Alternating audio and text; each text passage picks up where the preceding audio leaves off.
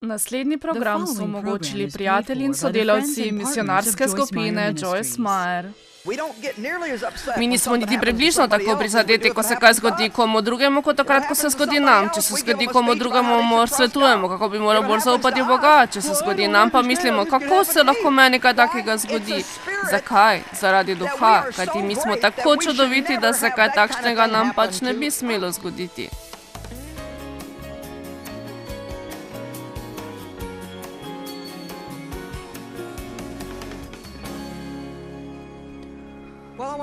Danes sem vam hotela govoriti o znakih ponižnosti. Zdi se mi, da je to največja krepost. To je največja krščanska krepost, ki jo moramo razvijati.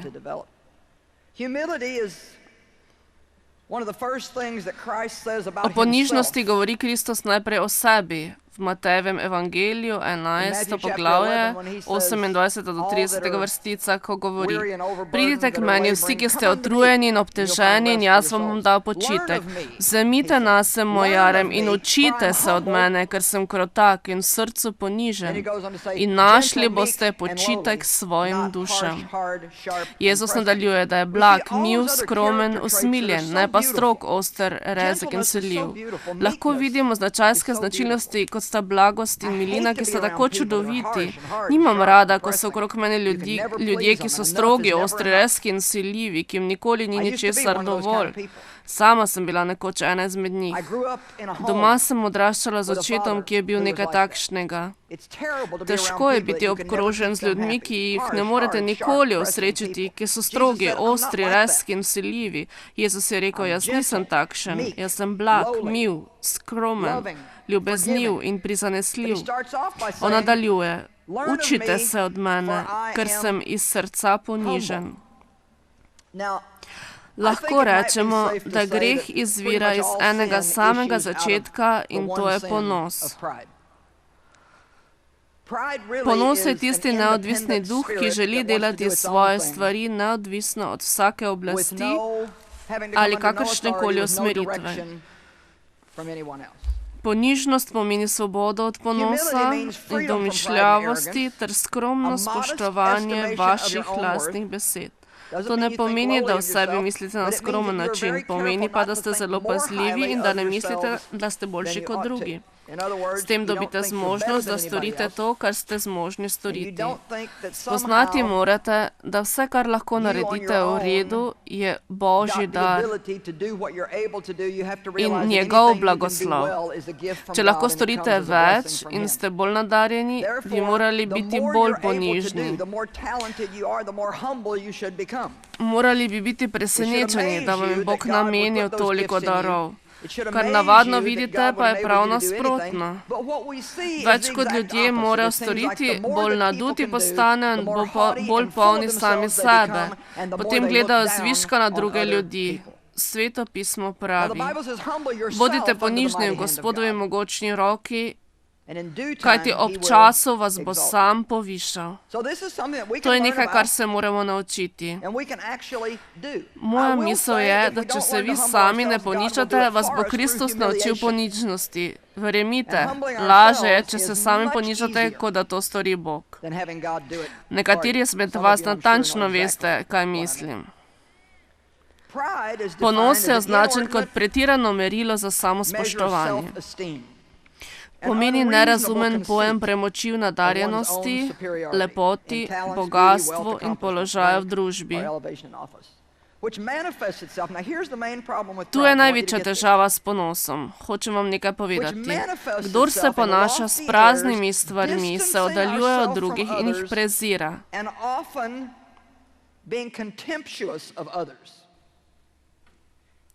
Dva največja problema izvirata iz ponosa. Prvič, da mislimo, da ne potrebujemo Boga, in drugič, mislimo, da druge lahko zlorabimo. Hočem vam povedati način, kako mi ravnamo z ljudmi.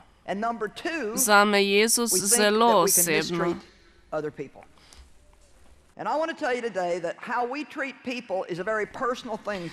Jezus je človeška oseba in to najboljša. On ima rad ljudi in rad povzdigne ponižne in poteptane. Rad pomaga ubogim in potrebnim, vdovam in sirotam.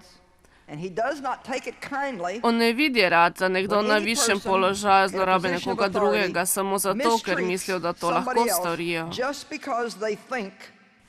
Ponižnost je zelo pomembna, kajti glede na Sveto pismo je pred častjo in poviševanjem. Res je, da se lahko ljudje zabavajo v mesenih užitkih in dosežejo uveljavljenost v svetu, vendar s tem ne morejo biti srečni.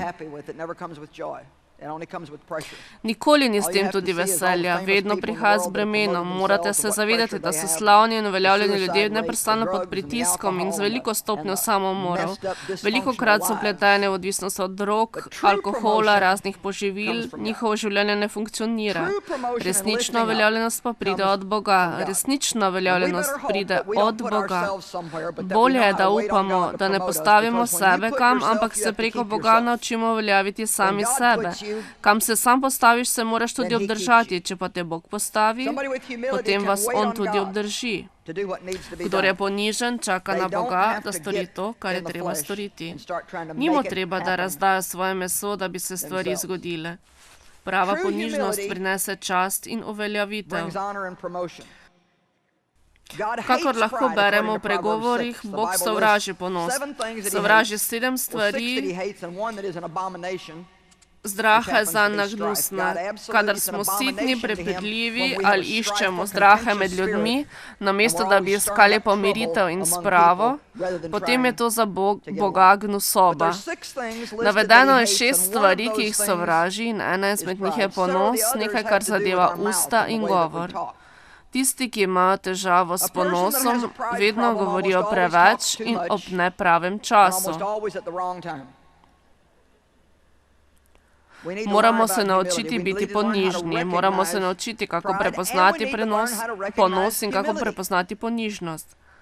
Za nekaj trenutkov sem srečala enega izmed pastorjev, ki bo z nami odšel v Malawi v Afriko, da bi tam nadaljeval delo za tamkajšnje prebivalce. Moj sin mi je pripovedoval, kako mogočno cerkev ima tukaj, kako je velika in koliko stvari počne. In ko sem ga srečala, sem mu rekla, da ima tukaj čudovito in sijajno cerkev. Lahko sem takoj razbrala njegova ponižnost. Ker ni na to odgovoril, da imamo na teden 7-krat srečanja, vsa so polno zasedena, nikjer ne moreš parkirati. Ne, rekel je, rastemo v veri. To imam rada, zelo rada imam to. Takšni so ljudje, s katerimi bi rada delala. Včasih pa zapademo v hvalisanje. Morali bi biti zelo pozorni glede tega. Zanimivo je, kako ljudje v duhovniški službi radi govorijo o številkah. Mi štejemo vse. Koliko ljudi je bilo tam? Koliko jih je bilo tukaj ali tam? Koliko jih je bilo nekje drugje? Mislim, da Jezus ni tako delal. Amen. Dajte, no, ne gledajte me tako. Ponos hodi pred polomom. Vsakič, ko vidite polom, je poprej bil na delu ponos. Zelo, zelo malo ljudi je vzvišenih, postanejo slavni in uveljavljeni zaradi Boga in se tam obdržijo. Zelo malo.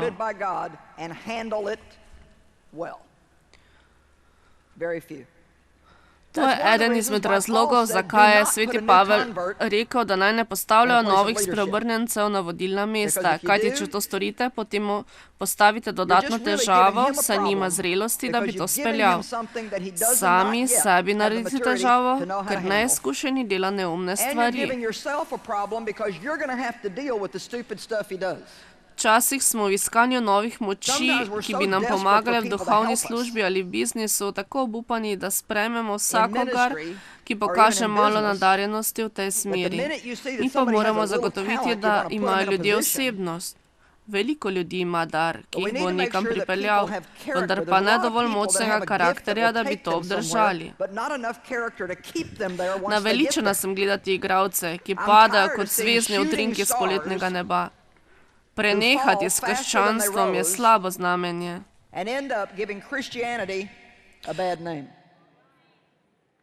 Ne zaničujte svojega skromnega začetka in ne poskušajte si prehitro pridobiti položaja. Ne poskušajte takoj postaviti svojega imena na vrata urada ali imeti željo, da bi vas klicali šef ali direktor. Tako tisti, ki se pridružijo cerkvi, prinesejo s seboj ravnanje, ki je značilno za svet in želijo takoj za nekoga delati. Če res hočete biti v duhovni službi, vam ni treba, da bi imeli kakšen položaj, niti da bi bili to, kar iščete. Bog bo odločil, koga bo kam postavi in bodite tam v ponižnosti in storite, kar vas prosi. Če vam naročijo očistiti stranišče, potem bodite prav tako veseli. Drugače vi nimate duha služenja. Mi nismo nagrajeni za nekaj, kar se bodo svetu zdele tiste ali tele čudovite stvari. Naše zadoščenje je v tem, da smo izpolnili voljo Boga. Ni pomembno, kako gleda svet na to ali kako se drugi ob tem počutijo. Amen. Ponižnost je čudovita. Verjetno je najtežja vrlina. Po mojem sledi potrpljenje. Resnica je, da je nepotrpežljivost izraz ponosa. Če ne morem počakati na nekaj, potem jaz mislim, da sem preveč pomembna, da bi na kaj čakala in da bi jaz morala to takoj dobiti. Amen. S ponižnostjo se moramo soprijeti v življenju. Tu ne bo veliko prostora za kričanje, vendar če se usmerimo k poslušanju, nam bo zelo pomagalo v življenju. Karkoli želite prejeti od Boga, se morate v ponižnosti naučiti, kako se nasloniti na v potrebah, preden vam On to da.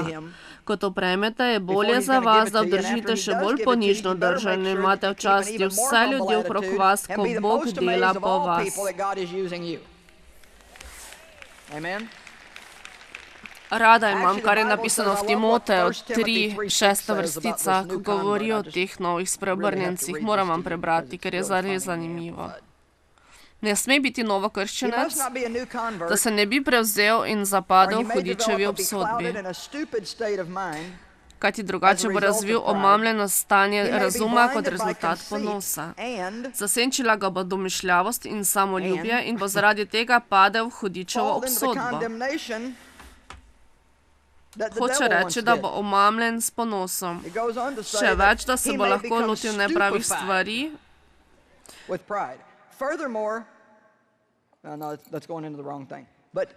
Kadar smo nas ponosni in imamo zvišeno držo, zgledamo včasih nikoli neumni. Ali ni tako?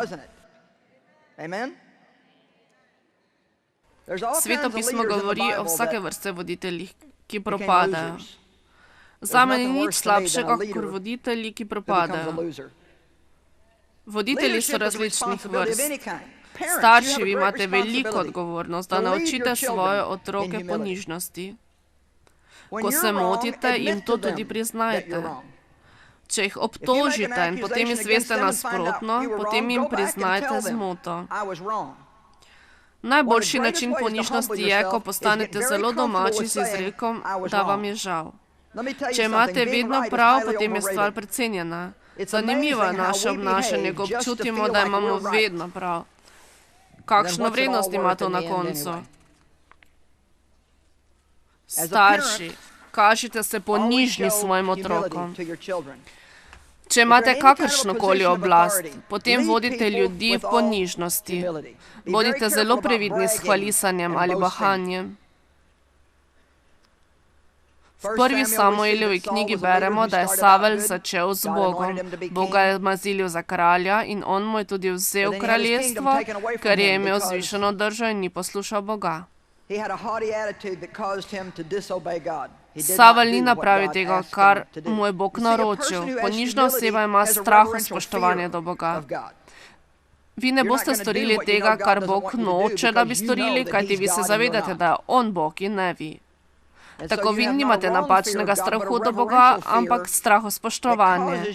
Strah povzroči, da naredite malo tega, kar je Bog rekel, in malo tistega, kar vi hočete. To je napravil tudi Savel. Spremenil je to, kar mu je Bog naročil in mislil, da je njegova ideja nekoliko boljša od Božje. Kako vemo, da piše v prvi Samuelovi knjigi 15:12, da je Savel sam sebi napravil spomenik? Z drugimi besedami, spomenik je predstavljal njega. Poglejte, kako je Savel mogočen. V prvi Samuelovi knjigi 17. poglavje 15. do 17. vrstica se je soočil s prorokom Samuelom in mu rekel, kaj pa sem storil narobe? Vidite, ponos omrači Ponos je iluzija in mi lahko naredimo veliko stvari narobe in se ne vedemo prav. Vidimo, kaj drugi delajo narobe in pri sebi ne najdemo nobene napake. Iz ponosa izvira obsodba, iz ponosa izvira godrnjanje. Vsakršno godrnjanje prihaja iz ponosa. Jaz ne bi smela biti prikrajšana. Jaz se ne bi smela nelagodno počutiti. Ali se danes nič ne zabavate? Vsi vi izgledate, kot da ste nekoliko šokirani. Dajte no. Tako lahko je iti v tretji svet in se pritoževati nad pogoji. Joj, to, joj, ono. Vendar ni dano vsakomur, da bi lahko šel. Bog mi je dopustil, da grem. S sabo bom nesla veselo oznanilo resnico o Jezusu tamkajšnjim narodom, ki živijo v temi. Nekoliko neudobnosti, ki me spremlja na poti, bi morala zame postati privilegij in se ne bi smela spustiti na raven godrnjanja. Veste kaj? Sem iz mesa, kakor vsak drug in na te stvari se moram prav tako opomniti, kakor kdorkoli drug. Lahko si rečem stvari kot Joyce, to ne zadeva tebe. Kar počnejo, se tebe ne tiče in ni potrebno, da imaš kakšno mnenje o tem. Zato, ker je preveč enostavno. Ampak jaz mislim, naj povem, kaj jaz mislim. Veste kaj, do menega ne zanima, kaj si vi mislite. Nikomor ne posredujte svojega mnenja, dokler vas ne vprašajo. Mnogokrat vas želijo samo slišati, da se vi strinjate z njimi. Amen.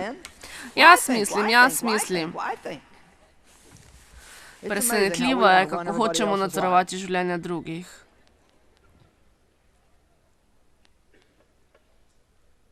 Samuel je rekel Savlu, ko si v lastnih očeh bil majhen, te je Bog povišal.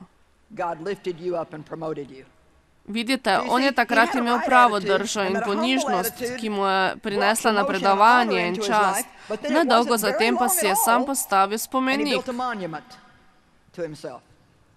Dolgo časa nazaj sem prebrala nekaj, kar se mi zdi pomembno. Pisatelj pravi, da se bo razkrilo, kaj lahko Bog stori preko moškega ali ženske, ki ga slavita. Mi nismo niti začeli odkrivati meje, kaj mora storiti osebi, ki ga časti in ostane ponižna. Najmogoče je imeti ponižnega človeka, če ni ponižen v mišljenju. Ponižnost se izraža tako, kakor mi mislimo v našem privatnem razmišljanju. Moramo biti zelo pozorni na takšne trenutke. Danijelu je še en kralj, Nabukadnezar, ki je začel na pravilen način, vendar je potem v samo 12 mesecih padel največji nered. Samo 12 mesecev. Želim, da za trenutek pogledamo 4. poglavje Danijelu, da vidite, kako hitro se lahko to zgodi.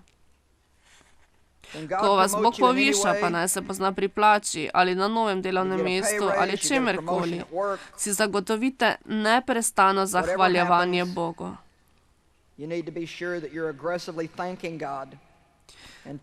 Recite mu, vem, da si tega ne zaslužim, vendar sem izredno hvaležen za tvoje darove. Rada imam končne vrstice iz Danijela 4. poglavja, 1. do 4. vrstica. Nebukadnesar, kralj sem ljudstvom, narodom in jezikom, ki prebivajo po vsej zemlji. Mir naj se vam množi.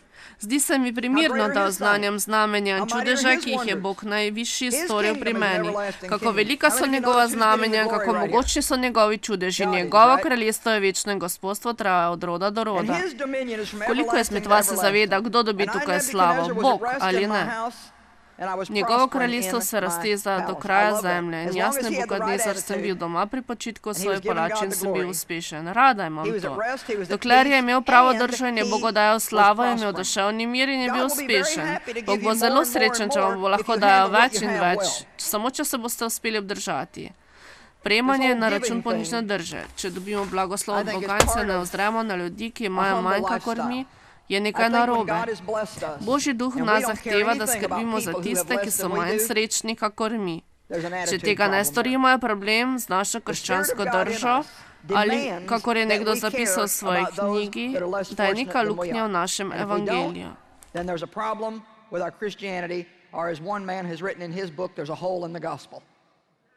Vi veste, da je ponos bil Satanov problem. Jaz.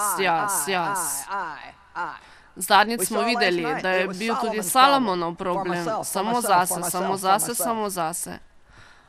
Nebukadnezar je imel v začetku pravo držo, le nekaj vrstic pozneje pa se vidijo njegove težave.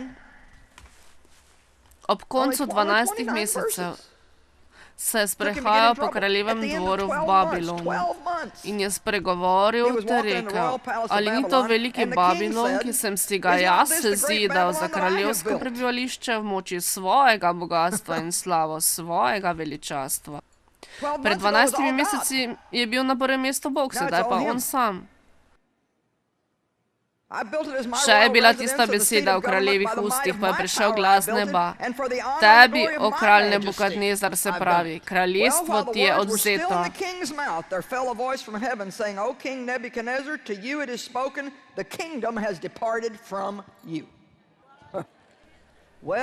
Halo? Bog bi nas rad bolj blagoslovil, ko vidi našo uspešnost. Amen.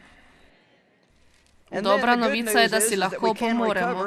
Končal je tako, da je 7 let živel kot žival. Njegovi lasje so zrasli in bil je ves razkuštran, njegovi nohti so postali bolj in bolj dolgi in bil je umsko bolan, tekal je po polju. Daniel 4:32 beremo, in vse prebivalce zemlje je štel za nič in po svoje volje ravna z nebeško vojsko in s prebivalci zemlje. Nikogar ni, ki more njegovi roki braniti in mu reči, kaj delaš. V tistem času se mi je povrnil moj razum in čast mojega kraljestva se mi je povrnila moja slava in moj sijaj in moji svetovalci in velikaši so me iskali. Bil sem spet postavljen nad svoje kraljestvo in podeljena mi je bila še večja oblast. Bog lahko dela kar hoče, kadar hoče, kjerkoli hoče, komorkoli hoče, ničemu nič me ne more. Mi moramo pozabiti vse, da lahko prisluhnemo Bogu. Zakaj Bog? Zakaj jaz? Zakaj jaz? In zakaj ne ti? In niti približno nismo tako prizadeti, če se nekaj zgodi komu drugemu, kot če se zgodi nam samim. Če se zgodi komu drugemu, navadno pridigamo, kako mora bolj zaupati v Boga, če se zgodi nam pa, kako se lahko kaj takega meni zgodilo. Zakaj? Ker je naš duh tako visoko, da se nam kaj takšnega pač ne bi smelo zgoditi. V Izaijo 14 je Satan govoril, da bo povišal svoj prestol pred Bogom. Postal bom kakor Bog. Jaz bom. Bog je odgovoril, povem ti, kaj se bo zgodilo. Vrgal te bom dol in te uničil. Bog ne bo delil svoje slave z nikomer. Nihče ne bo imel vzvišenega duha. V tej smeri se moramo še veliko naučiti.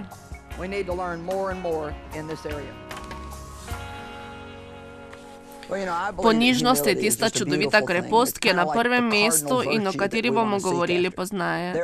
Mnogo zunanjih znamen govori o ponižnosti. Ponižen človek je vedno hvaležen Bogu za moč, da lahko opravi delo in zaupa v Boga v svojih slabostih. Želimo, da spoznate, kdo ste v Kristusu, da ne bi vedno iskali potrditve. Kadar neprestano iščemo potrditev pri ljudeh, smo se napotili k tistemu problemu ponosa. Tako čudovito je, da ste samo to, kar ste, in ste sposobni ponižnosti ter se veseliti življenja. Tako vam danes ponujemo DVD z naslovom Spoznati, kdo smo v Kristusu.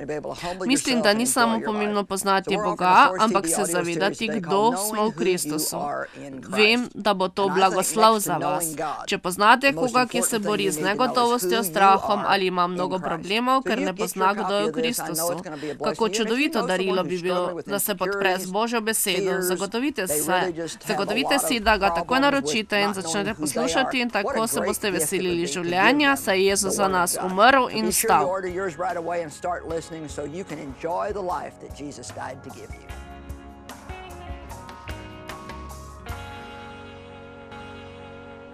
Ko darujem misionarski skupini Joyce Meyer, čutim, da sem blagoslov za druge, ker ko ti daruješ njim, se oni razdajo za druge.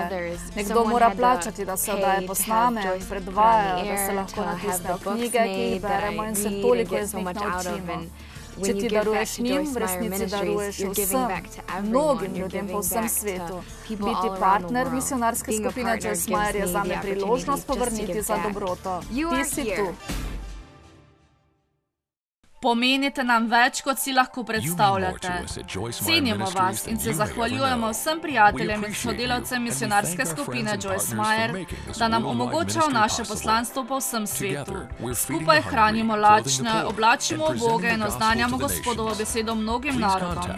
Prosimo, kontaktirajte nas ali obiščite našo spletno stran joycemeyer.org, kjer lahko oddate svoje molitvene namene, bolje spoznate naše delo in vidite Joycein urnik. Pridružite se nam v partnerstvu, da bomo skupaj delili Kristusovo ljubezen svetu. Predvajana oddaja je bila posneta s pomočjo prijateljev in sodelavcev misionarske skupine Joyce Meyer.